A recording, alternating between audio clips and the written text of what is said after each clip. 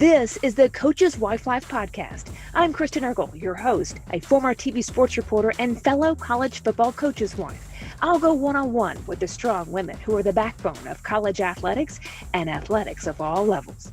And now, Coach's Wife Life. This podcast is brought to you by Ruler of Hope. Ruler of Hope is a nonprofit that supports medically fragile children. If you'd like to make a tax-deductible donation, you can use Venmo at Ruler-Hope or online at rulerofhope.org. Hey there, I'm Kristen Eargle, and we have an exciting podcast ahead. But first, I want to talk about something we all know way too much about: moving. Just the thought of that can bring an unsettling emotion. Well, I found a team that can take that load off your plate. It's D1 Relocation. This group can do it all. They can organize your move, coordinate with a moving company, and a trusted real estate agent. They can actually vet key household partners such as schools, insurance agents, physicians in the area. They can even help set up your Wi-Fi and water. It's incredible. So I've come to know this team, which is actually founded by a coach's wife. I think you should check it out. Whether you're looking to move now or in the future, it's d1relocation.com. Now on to our awesome podcast. Well, y'all, I'm so excited to have my next guest on the podcast, Kenneishia Jones. She's the wife of defensive run game coordinator and defensive line coach at UTEP, Chris Jones. Kenneishia, thanks for being on. Thank you for having me. I'm so honored to be here. Yes. Okay. We're honored to have you. I mean, you are a joy to be around. I've known you for just a couple of months since we became friends on staff here at UTEP, and you can just see it and how you carry yourself. And I thought, I want to know more about you. And I thought, well, let's just talk about it on the podcast. Why not? Let's talk about your journey. You guys have been at several stops. Started at Hardin-Simmons, Texas A&M Kingsville. You got to Austin P and link up with the Waldens. And now here at UTEP. You're a native Texan, is that right? Are you from the state of Texas? Yes, I'm from Midland, Texas. Midland, Texas, which is not like, what, 4-ish hours from here? 4 hours from El Paso. 4 hours, okay. Which is a lot closer than when you were outside of Nashville. So much. Yeah, good to be close to home, closer to home. Okay, we always start with, like, what do you like on game day? How would you describe yourself? So on game day, I'm typically doing other things outside of just getting ready for game day. So typically my son has a football game. And so we're getting ready for that, but I'm pretty chill for the most part. I'm excited. I love just getting in all my gear for UTEP for game day. So I'm just excited. I get excited. I'm chill and just ready to watch the game. Okay. How would you describe your husband, Chris, on game days? You know what? Okay. So it's funny. I feel like me and Chris are like the same person, just in like different bodies. So he's very chill as well. I can never really read him. Like if he is nervous, I can't really tell because he is so chill. I may ask him, how are you? Or, send him a text message and say, good luck. But he's hard to read on game day. I don't ever really see him like frazzled. So I would say he's cool, calm, and collected. I love it. How would you describe him in terms of what do you think makes him special?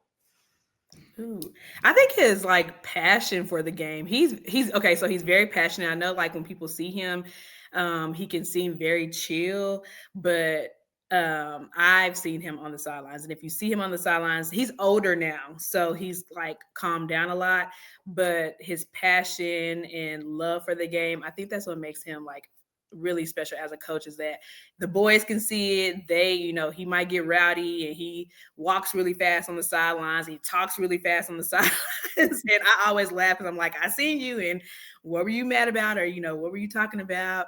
Just because it comes out like he's very emotive. So yeah, that's what I always ask this question on the podcast, which is, what's the toughest adversity you faced and what or who did you rely on to get through those moments? And it's always a sad question or somewhat, but it's true. Like, this is not an easy life. People would probably look at it from the outside and go, wow, that's good. That's luxurious. That's fun.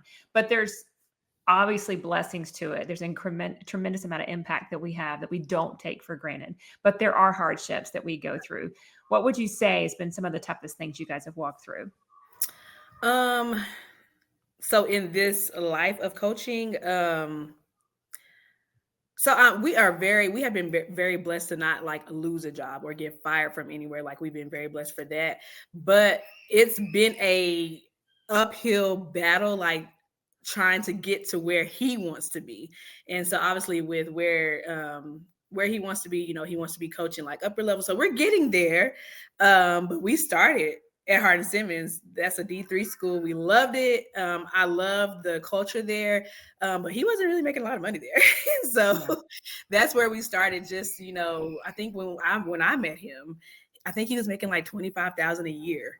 And so we have just been chipping away at it and staying, consistent with, I love that we're under great leadership, where we've been able to move and be with Coach Walden. And so I think that would be just getting to a place where we're able to really take care of our family financially. And, really for me to see him be where he wants to be, ultimately in this journey. What have you learned walking through the process of being a coach's wife? To me, it's changed. The game has changed, but how I've looked at it has changed than it was, when I started 20 years ago, and how I've grown in the process. What do you do in terms of how do you stay steady in the storm? Because it's up and it's down. No one's ever just at their top. It doesn't stay that way all the time. So how do you stay steady? Honestly, like God is our main, like he's our center. And just being in communication with my husband about what he's feeling. We have something called heart checks. So we'll randomly just say, okay, heart check. He might see me looking a certain way, or I might see him, and we'll just say heart check. And depending on how we feel at that moment, we might go into something. But really just prayer. For me, I fast a lot because I know that I can't do this. I mean, it's as wives, we carry a lot, because our husbands do work so much and their jobs are so demanding. So I know that with God as our center and our foundation, that's how we stay steady. I make sure that we always, wherever we go, we always have a church home that we can go to that is, Bible based, where my kids are learning and growing, and where my husband's able to grow, and, as well as myself. And so I would say that that's our core foundation is God. Absolutely. How do you stay consistent in a lot of things? I think that's the hard part about me, my personality, when I don't have a lot of help, is I'm just like living day to day, which sometimes you just have to. You're just living in the moment, getting through it, trying to get everybody where they're supposed to do. Are there some things that you're really determined to do every day to kind of keep yourself going? So I'm an avid walker every morning. So I have the baby at home. She's 2 now, but we go on walks every morning. That's something that is really therapeutic. I started doing that in 2020 because, with COVID and stuff, like we didn't have anything else to do. And he was still working, but he actually got me started with the walking because he would go every day. He was like, come on, let's go. And he knew I needed to lose weight because I had just had two girls back to back. So I was like, okay, I got to get this pregnancy weight off. So walking and listening to my sermons and or my Christian podcast or my worship music, like that's something that keeps me consistent every day. And of course, just like keeping my kids on routine. So yeah, for sure. Are you a big like organizational person, or are you just does everybody have their set thing every single day?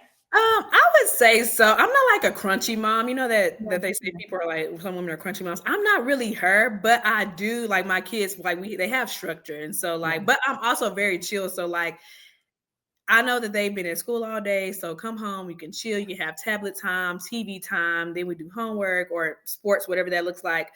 But I am organized. Like they know that we have certain things like expectations in the household that they need to abide by. So I would say somewhat, but not super like overly. Okay. What's a typical day look like for you? A day in the life? I wish I had a more exciting life because I'm not working right now. So honestly, I'm kind of bored, but, like I said, I do my morning walks. Actually, I get up before the kids and I do like my quiet time. So I do my Devo and I do, my prayer. And then we get up really early because they have to be at school early. So by the time they're out by like 7:00, everybody's gone by 7:00. We go on our walk. And then I'm usually coming back and doing breakfast for Kaisley. And then I may do some more quiet time, maybe, or clean the house, laundry, just the normal like stay at home mom stuff that you would do. And then by the time I look up doing like chores or something like that, the kids are coming home. So that's pretty Isn't much it fast? It is so fast. yeah. And then like sports, so practices because Sports. two of my kids are in sports right now.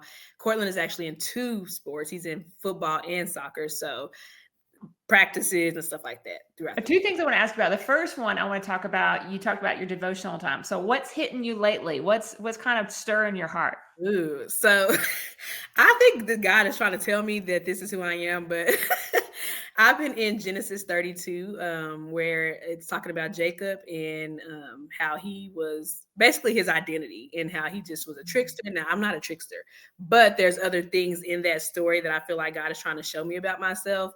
And just staying steadfast in my identity in him. And that's where I've been for like the last, honestly, since July. He's been having me in that story. So yeah, that's where I am right now, just kind of delving into Jacob. Wow, I like it. Yeah. And do you have something that you typically just like God will talk to you about, or do you have like a certain plan that you're following, like in a certain devotional book? I don't really have a devotional book. I do, so I use the Bible app every morning. I do that. It has the devotional on there.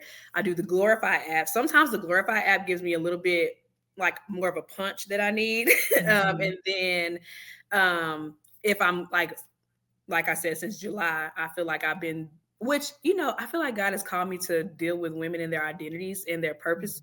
And so I feel like that's why God has me in that story right now.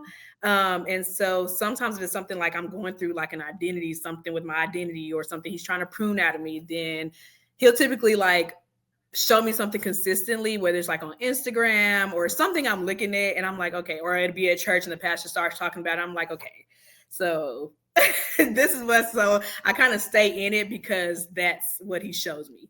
Let's dive into it a little bit more. What are some of the things that you think maybe coaches' wives could learn from this story? Ooh, let me think about that. I think we all have like a promise that God has given us. And sometimes we try to get to that promise faster than when God is ready to release it.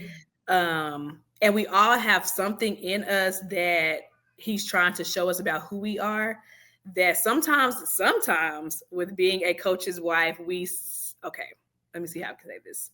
We can sometimes live in our husband's identity when that's not who God called us to be. And so I think, but honestly, for me, I feel like I've always done a great job with separating myself from my husband's like his purpose. Like his purpose is not my purpose. Now I know we have a purpose together, but I don't try to be in too much into what he's doing because that's not who God has called me to be. He's called me to be his helpmeet.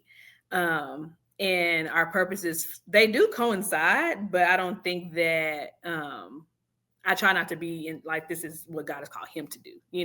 So I think as a coach's wife and as for all of us, we have to just really allow God to shape us and really like live in our identities, the identity of Christ that God has given us. So that way we're not too much into what our husbands, we can try to figure out, what is his purpose and how do I come along to help him in that? And that is, it's so valuable because when we attach too much to that identity, it becomes kind of like a high when they're doing well. Right. And the moment they get fired, demoted, or losses come, maybe they don't get demoted, but losses come, you don't feel that worth to the community that you live in because all of that is based on things that come and go. Right. And I feel like that is the hardest thing about what we do because we are following his career. We are moving for it. We all make sacrifices for it, but separating a little bit in terms of what has God called me to do right now, where I'm at, my sphere of influence. It can definitely be attached to that. We have a family mission to that. But when the identity gets too tied, that to me, you start riding these waves. Yes. And I have been on this train personally. You can learn from my failures, everybody, my listeners, because it's not going to sustain you. Right. Like it'll be okay for a little bit. Yeah. You can ride it, But when you start losing or anything happens or criticism comes, you won't make it. Yeah. And that's what I feel so called to women just to like secure your identity in Christ, because outside of that, everything else crumbles. And so if your husband loses a job, you cannot be attached to that because your identity is going to crumble, or the way you were living before, I mean, we know, like you said, it's so many ups and downs in this journey of coaching that, I mean, you just never know. And I think I'm learning right now to just trust that where God has me right now, because I always say this, we're in El Paso, we're in the desert. And sometimes like the last year, I felt like I've been in the wilderness and I'm like, God, you brought me to the desert and I'm in a desert, literally. Like sometimes I feel that way spiritually. And so I've just been in that place of just, and I think that's why he has me in Genesis 32, like the promises are still going to come to pass. Like they're already yours. Like they're still yours. I just need you to trust that I'm securing your identity. So that way, whatever comes, you're not moved by that. Yeah, without question. Oh, man, that's powerful. Yeah. Because we can go through seasons of being like, what could be your purpose here? Mm-hmm. Right. There's times if I look back in places that we've lived or universities we're always grateful for it. But like, what was your purpose there? Maybe it was a short time we were at someplace. Yeah. When you maybe thought you were going to be there for a long time. Oh, yeah. Maybe you got your roots down deep and all of a sudden that changed. Right. Mm-hmm. And you're like, what was even purpose there? We lived there a year or something. And sometimes I don't think we see in the moment, right, while we were sent to certain places. I mean, do you feel that way? Oh yeah. Our very first move was Kingsville, from Abilene. And that was probably the hardest move for me because I had never, even though I had not lived with my parents since college, I've always lived like 2 hours away from them. Yeah. And so when we talked about that move, he was like, we got to do it now or else I'm not going to be able to keep climbing. And I'm like, okay, but that was hard because I had so much. That was a time that God really was pruning a lot for me, and he was refining me, and he was teaching me how to trust him. And I didn't know like what this consisted of. Like, okay, we're moving to Kingsville. I don't even know where Kingsville is. I've never heard of it. But it reminds me of that story with Abraham where God told him to get his family and to move to a place he didn't know. And I didn't have a clue what I was doing. I had 3 kids at the time. And I'm like, okay, and it's COVID and you're leaving and you're making me leave my family. Like, what is happening? Right. But that was honestly, I'll always say that was probably the best move, even during COVID, because that's where God really showed me how to lean and depend on him and to trust that he had my family and that he has a plan for us and he has promises for us. We just have to trust and move and be obedient when he says to. So, and he will always provide. He will always provide. That's the biggest thing where you think there's no way, or how is this going to pan out? Or is this my perfect step to getting to my ultimate dream, or what your husband feels like is his ultimate dream or calling, what God's put in his heart. And you're like, how's this even going to get us there? And I feel like that one thing that I've always recently, I don't know if I've done a great job of it early on, but I feel like recently, I think there's 2 ways that we could go as coaches' wives, which is be very distant from a community because we're like, this is a stop. Or you can just dive in and be like, there's a purpose. We're here. We're going to get involved with our local church. We're going to be involved no matter how long God has us a place. Do you feel that like when a difference in yourself, when you have just go head first in an area? Yes. So honestly, Clarksville was when that happened for me. I found an amazing church there. It was called Mosaic. And I love that church. And I remember just things worked out to even where my husband was more available during the time. They had like a membership class. So we did the Discover Mosaic. It was a full day thing where we did, learned about the church. And then they asked you to get involved. And so I was able to start serving and I met amazing people. And then also I got a job there as well at that time because I was a stay-at-home mom for a little bit. So I worked there for 2 years and it was just amazing. I love my job. I love the people of Clarksville. It was just, I loved it. So I think definitely immersing yourself in community, whether it's a church or, whatever that looks like for you. I think it definitely helps where you are at that moment to look a little different for you. And then balancing that also with the players, how do you think that you guys try to show them how valuable they are to your family? So I probably should do a better job at this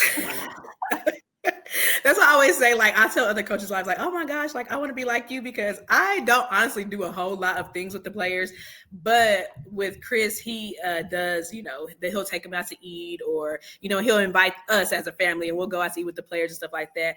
Because, I mean, I cook for my family, but like, I'm not big on cooking for a lot of people, especially big boys. Like, so I don't, and so. We've been to Vomit are some of the biggest out there.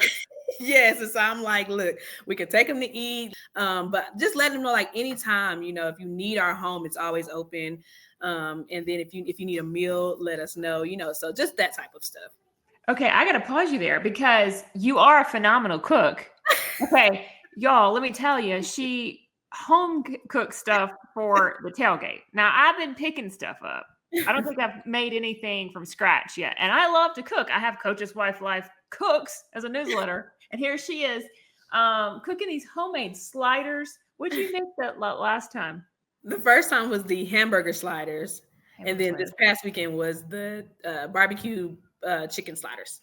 Like, where did you learn how to cook like this? Honestly, I follow Pinterest. So, okay, it's funny because my mom doesn't cook. My dad is the cooker. Okay. And so I didn't learn from her. And honestly, when I got married, I was like, okay, I got to figure out how to cook. Like, I have a kid and I have my husband, and I mean, he's a big man. He likes to eat. His family, they're amazing cooks. And so I'm like, I can't live up to this. And so I'm like, I can follow a recipe though. And so honestly, that's really just how I've learned. Like, I'll look up a Pinterest recipe and I'll, make it enough that I can like doctor it up myself and add my own twist to it. So that's pretty much what I do now. Didn't you make chicken wings one time? Oh, I did make chicken wings at first. Chicken wings. I don't think I've ever had like someone making homemade chicken wings. Those are air fryer wings though. I try to make stuff that my kids like, because I know that I have to feed them while the games have been late. So yeah, let me feed my kids and feed y'all, and hopefully y'all like it. What have you enjoyed doing with coaches' wives on staffs you've been a part of? I love when we do like brunch or go to dinners, just have like girls' time. Yeah, like that kind of stuff. Just brunch, lunch, or even just, sitting at somebody's house and just having like a watch party or something. I love doing that kind of stuff. What would you think would be surprise people to know about the life that we live as a coach's wives? Ooh, what would surprise people? That's a hard one. It is a hard question. I didn't mean to hit you with that. Ooh. What would you say? Well, what would you say? Because man, maybe I can think, because I'm not sure. Let me think. Well, I think that to everybody else, it's a game. Like, it's just a game.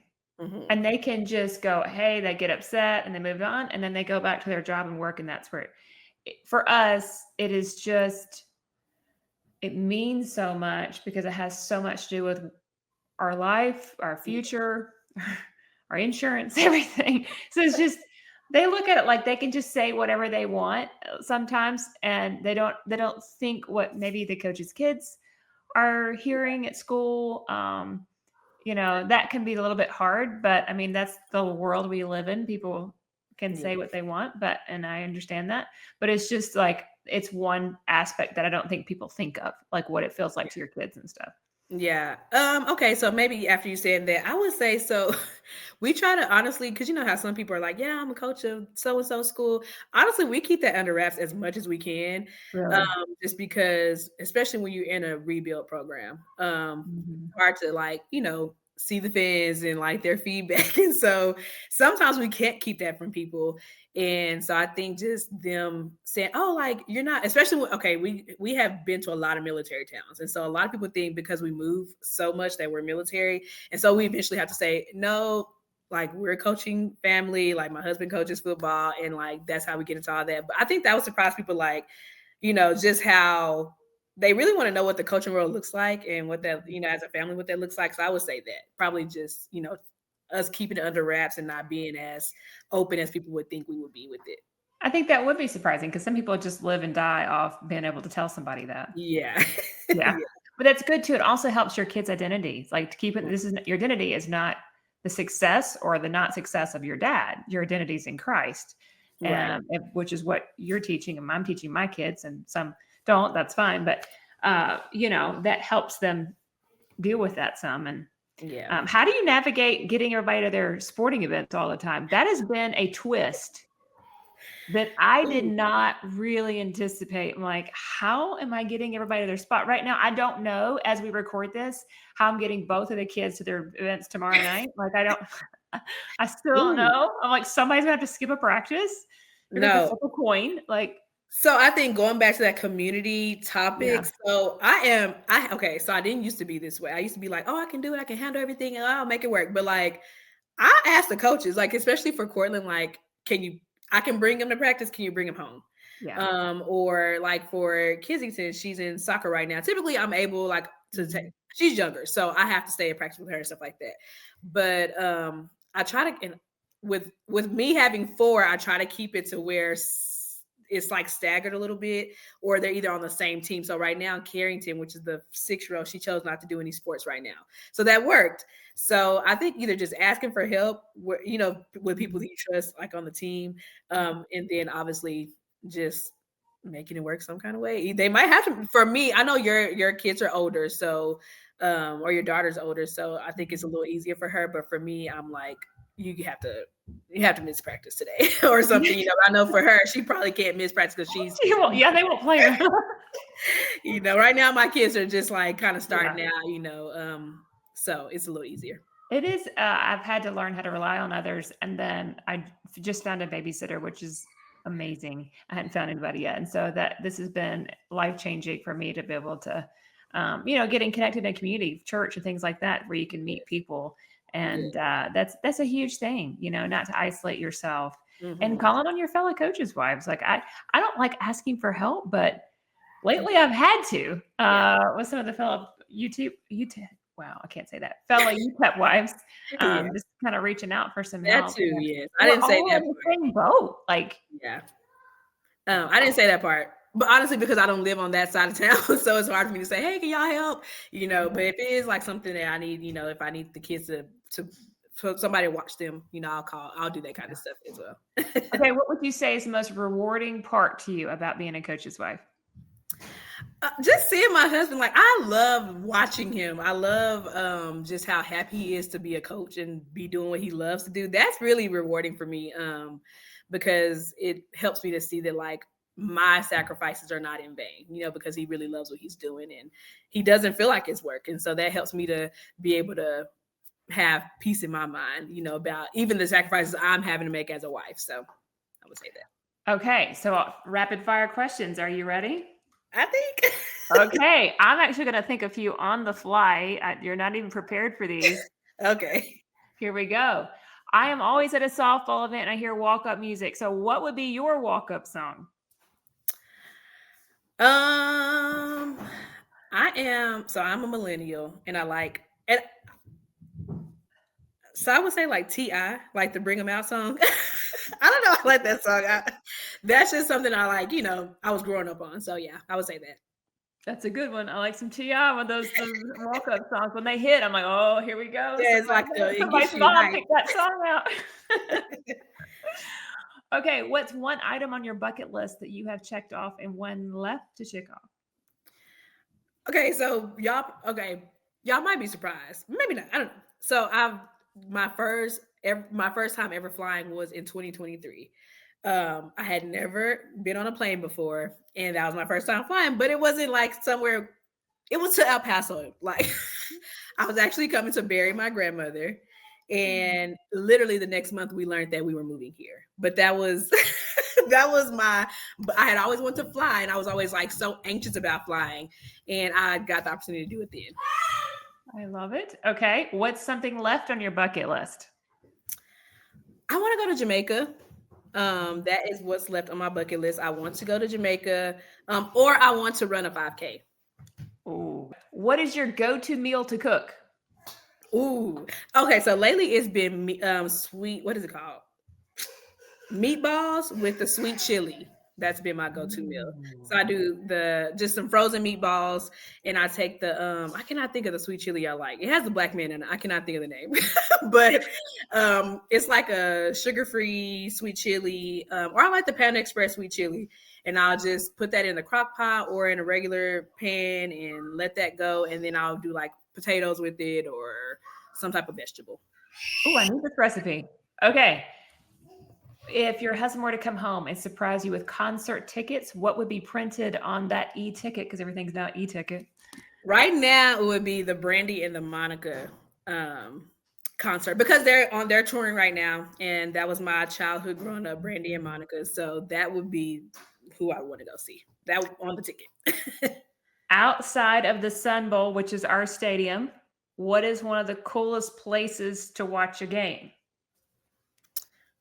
Well, because I've only been to one big stadium, I would say Tennessee. That was a really cool stadium. The University of Tennessee. We played them back in I think 2023. And that was really fun. That atmosphere was really fun. So yeah, they have a phenomenal atmosphere. All right. Thank you so much for being on the podcast. This has been a blast. Thank you for having me. This was really fun. This podcast is brought to you by Ruler of Hope. Ruler of Hope is a nonprofit that supports medically fragile children. If you'd like to make a tax-deductible donation, you can use Venmo at Ruler-Hope or online at rulerofhope.org. For a replay of this episode or previous episodes, visit coacheswifelife.org and follow us on social media at Coaches Wife Life.